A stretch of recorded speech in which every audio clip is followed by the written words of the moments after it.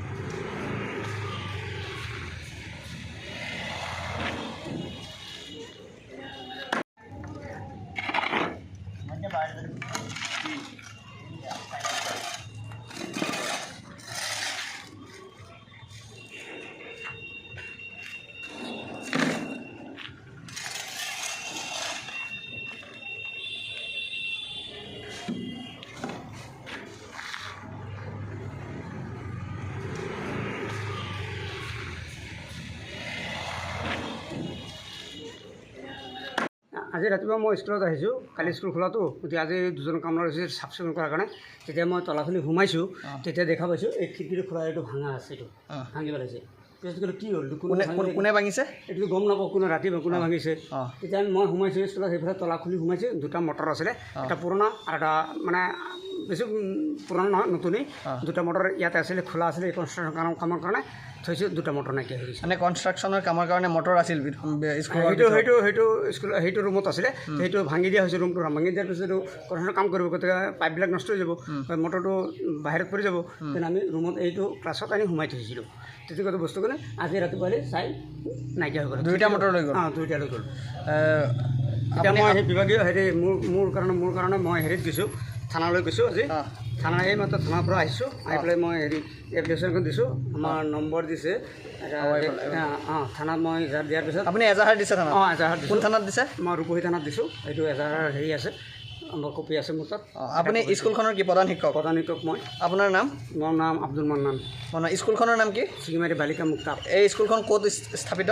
এইটো একেবাৰে পশ্চিম চিঙিমাৰী, নিয়াৰ বালিকা। আচ্ছা, কোনখন শিক্ষাখণ্ডৰ অন্তৰ্গত? এইটো লাউখোৱা ব্লক। আপুনি এতিয়া প্ৰশাসনক কি আহ্বান জনাব, যিহেতু এখন বিদ্যালয় আৰু এই ৰাজহুৱা অনুষ্ঠানত যদি চুৰিকাণ্ড দৰে এটা ডাঙৰ ঘটনা হৈ যায়, কি আহ্বান জনাব প্ৰশাসনক? মই আহ্বান জনাম যে তেখেতসকলে যাতে আমাৰ এইটো ঘটনা তদন্ত কৰি যাতে আমাৰ বস্তুখিনি পোৱা যায়, সেইটো ব্যৱস্থা কাৰণে চুৰখিনি ধৰিব লাগে।